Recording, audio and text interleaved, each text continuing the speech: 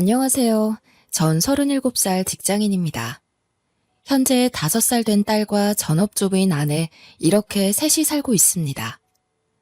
문제의 그날은 출장이 있어서 아내와 5살 딸 지아에게 아침에 출근하며 인사를 하고 집을 나왔습니다. 지금 결혼 6년 차인 저와 아내는 대학 시절 동창인데요. 동창회에서 처음 만나 제가 아내에게 고백한 후 연애를 시작했습니다. 맞벌이를 하지 않는 아내가 집에서 내조를 잘해주기에 저는 바깥에서 더욱 열심히 일을 하며 지낼 수 있었지만 아무래도 경제적인 부담이 없는 것은 아니었습니다. 그래도 결혼 6년 차 직장에서 10년 차가 되면서 현재는 수입도 안정적이고 그 외에도 조금씩 투자하고 있는 주식으로도 보탬이 되고 있습니다. 21평 아파트에 세 가족이 살고 있습니다만 지아가 초등학교 갈 때까지는 더 열심히 모아서 30평 아파트로 가면 어떨까 꿈을 꾸면서 매일매일 오늘도 열심히 일터를 향하고 있습니다. 출장 첫날 일을 마치고 밤 11시가 되어 근처 호텔로 퇴근을 했습니다. 막 씻고 나왔을 때쯤 한 통의 전화가 걸려왔더라고요. 아파트 입주자 대표 회장님으로부터 온 전화였습니다. 제가 지금 아파트 동대표를 맡고 있어서 금요일 밤이고 하니 아파트 앞 치킨집에서 맥주나 한잔 하자고 전화한 게 아닌가 하고 전화를 받았습니다. 전화를 받자마자 다급한 목소리가 들려왔습니다. 지아 아빠, 지금 어디야? 회장님, 이 밤에는 웬일이세요? 지금 사이렌 소리 안 들려? 지금 사동에서 화재 경보 올려서 다들 대피하고 있잖아. 불났어요? 회장님, 일단 끊을게요. 급하게 전화를 끊고 바로 아내에게 전화를 걸었습니다. 애타게 기다렸지만 전화를 받지 않더라고요.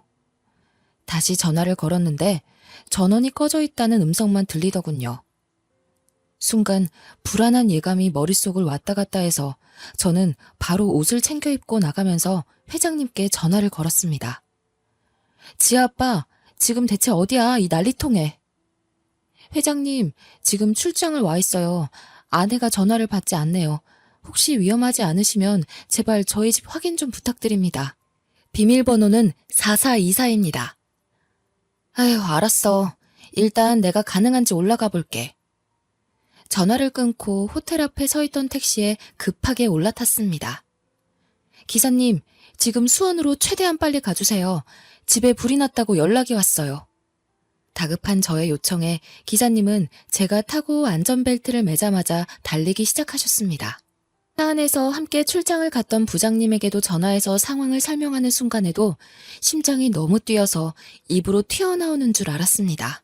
부장님은 알겠다고 하시면서 빨리 가보라고 하셨고 상황을 파악하신 택시기사님은 엑셀을 더욱 밟아 달려주셨습니다.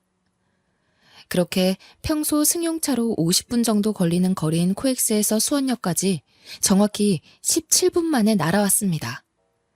아파트 입구로 들어서자 상황을 파악할 수 있었습니다. 입구에서부터 소방차들이 서 있었고 전 택시기사님에게 5만 원짜리를 건네드리고 바로 문을 열고 저희 집 쪽으로 달려갔습니다. 아파트 현관 쪽으로 가자 대피해서 내려와 있던 사람들끼리 웅성거리며 위쪽을 보고 있었고 불은 진압된 듯 보였고 소방관들이 오가며 남아있을지 모를 것에 대비해 이곳저곳 점검하고 있었습니다. 불이 난 곳은 제가 살고 있는 8층 바로 아래 702호였습니다. 702호 아주머니와 수첩을 들고 있는 소방관이 이야기를 주고받는 것을 보았고 저는 회장님에게 전화를 걸었습니다. 전화를 받은 회장님이 근처에 있어서 바로 찾을 수 있었고 가족들의 안부를 확인하려는 순간 지아 아빠 왔니? 회장님의 손을 잡고 걸어오는데 지아는 머리가 헝클어져 있었고 왼쪽 팔에 붕대를 감고 있었습니다. 놀란 저에게 회장님이 설명을 해주셨습니다. 저와 전화를 끊고 계단으로 저희 집에 올라갔는데 문을 열어보니 아무도 없었다고 합니다. 바깥으로 내려왔더니 소방차에 함께 온 구급차에 지아가 울면서 응급조치를 받고 있었다고 합니다. 사이렌 소리에 계단을 이용해 혼자 바깥으로 나오다가 거의 다 내려왔을 때쯤 사람들과 부딪히면서 넘어져 구급차로 데려갔다고 합니다. 다행이다, 지아야. 이만하길 다행이야. 아빠, 무서웠어. 딸이 뭔가 이야기를 하려고 하던 그때 소방관이 말을 걸어왔습니다. 802로 안전하게 모두 대피하신 건가요? 저 집에 있던 아내가 보이지 않는데요. 집에 계셨던 건 맞습니까? 이 시간이면 아내도 딸과 함께 집에 있을 시간인데요. 소방관은 저의 얼굴이 창백하다며 괜찮은지 물었고, 전 아직 아내를 못 찾은 거에 안심을 하지 못하고 있었습니다. 일단 장인 장모님께 연락을 드렸고, 저희 부모께도 연락을 드렸습니다. 아내의 안부를 확인하는 것도 중요했지만 지아를 데리고 병원으로 가보라는 소방관의 말에 일단 구급차를 타고 지아와 함께 병원으로 갔습니다. 회장님에게는 혹시라도 아내를 발견하면 연락 부탁드린다고 말해놨습니다. 구급차 안에서도 몇 번이고 아내에게 전화를 걸었지만 역시나 전원이 꺼진 채로 연결이 되지 않았습니다. 무슨 일이 생긴 건가 안 좋은 생각들이 머릿속을 가득 채우고 있었습니다. 병원에 도착했을 때였습니다. 갑자기 전화벨이 울렸습니다. 아내였죠. 여보세요? 아, 미안. 충전을 안 해서 배터리 나간 줄도 몰랐어. 지금 보니 부재중이 많이 와 있었네? 왜? 무슨 일 있어? 아무 일도 없는 듯이 활기찬 아내 목소리를 들으니 안심이 되었습니다. 하지만 지금 이 상황이 어떻게 돌아가는지 이해가 안 갔습니다. 순간적으로 머릿속이 차갑게 맑아지면서 저는 핸드폰 녹음 버튼을 눌렀습니다. 여보, 지금 어디야? 지금? 당연히 집이지. 갑자기 웬일이야? 지아는 벌써 자. 지금이 몇 시인데 오늘 낮에 신나게 뛰어놀고 아까 10시도 안 돼서 잠들었어. 왜? 목소리 듣고 싶었어? 당신 진짜 집에 있는 거 맞아? 뭐야, 지금 나 시험하는 거야? 이 시간에 내가 가긴 어딜 가. 그러면서 아내는 오히려 저에게 발끈하는 거였습니다. 그런 당신은 요즘 출장이 좀 많아. 진짜 출장 간 거 맞아? 당신 출장 간다고 하고 바람 피우는 거 아니야? 여보, 하루하루 지아 돌보랴 살림하랴 얼마나 정신이 없는데 지금 어디서 나를 의심해? 여보, 내 얘기 좀 들어보라고. 그게 아니라 지금 당신 진짜 집에 있냐고. 아, 그러니까 그럼 내가 지금 집이 아니면 어디 있겠냐고. 조금 전에 아랫집에서 불이 났어. 아랫집에서 불이 나서 아파트 사람들이 다 대피했었다고. 우리 집으로도 연기가 많이 들어와서 그 흐름이랑 탄 냄새가 진동을 해서 집에 들어갈 수가 없어. 그런데 지금 당신 집에 있다고? 뭐? 진짜 불이 났어? 당황해서 말을 더듬는 아내 뒤에서 작은 목소리로 왜? 무슨 일 있어? 라고 말하는 남자의 목소리가 또렷이 들렸습니다.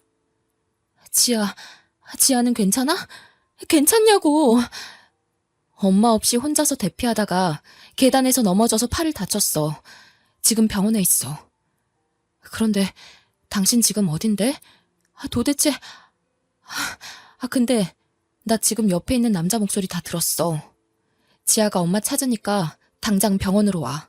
통화를 마친 저는 조금 전에 녹음한 파일을 양가 어른들에게 보냈습니다. 병실에 들어가자 양가 부모님들이 다 오셨습니다. 지아의 표정이 뭔가 불안해 보였습니다. 지아야, 괜찮아. 갑자기 지아가 울면서 화재 경보 소리에 잠에서 깨었는데 엄마가 보이지 않았고 집에는 연기가 차 있었다고 합니다. 무서워서 혼자 문을 열고 바깥으로 나왔고 엘리베이터가 작동이 안 돼서 계단으로 혼자 내려가다가 넘어졌다고 합니다. 그러면서 마치 엄마 허락도 안 받고 움직여서 다친 것 같은 생각이 들었나 봅니다. 엄마한테 혼날 것만 같아서 불안해했던 것 같습니다. 아니야, 지아야, 잘했어. 혼자서 그렇게 해줘서 오히려 아빠가 고마워. 잘했어. 그렇게 지아를 안고 토닥여주던 저는 순간 머리가 어지러지며 그대로 정신을 잃었습니다.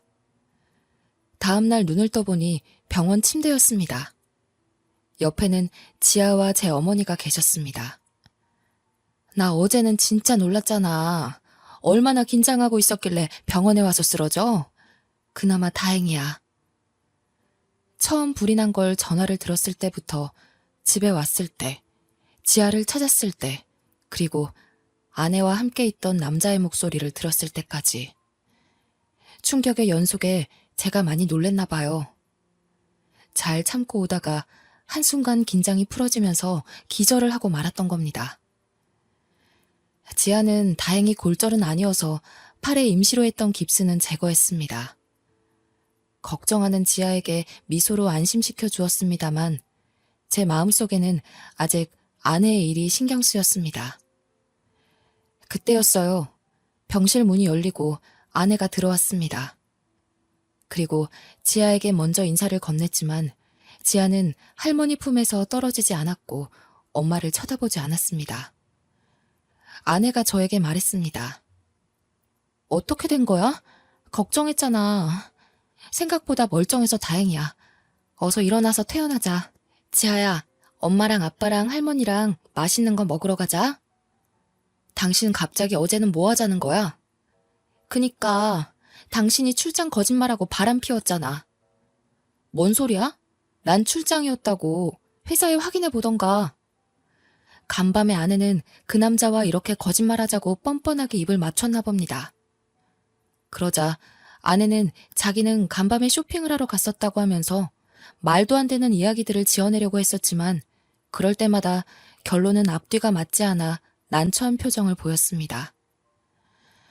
특히 장인어른께서는 왜 어제 오지 않고 아침이 되어서야 왔냐면서 아내를 다그치셨고 그럼에도 불구하고 나중에는 요즘 남편 월급이 시원찮아 밤에 알바를 하러 나갔었다며 말을 바꾸더군요.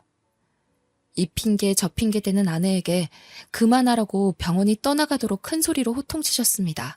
아버지의 호통에 정신이 번쩍 든 아내는 잘못했다면서 그제서야 용서를 빌더군요. 아내의 불륜 상대는 고등학교 동창으로 동창회에서 만나 연락을 주고받다가 넘지 말아야 할 선을 넘었다고 하더군요. 그 횟수가 늘어나면서 제가 출장 가는 날이 되면 늘 아이를 재우고 몰래 집을 나왔던 겁니다. 그렇게 아이는 내팽겨치고 그 남자와 새벽마다 만남을 이어온 거였죠.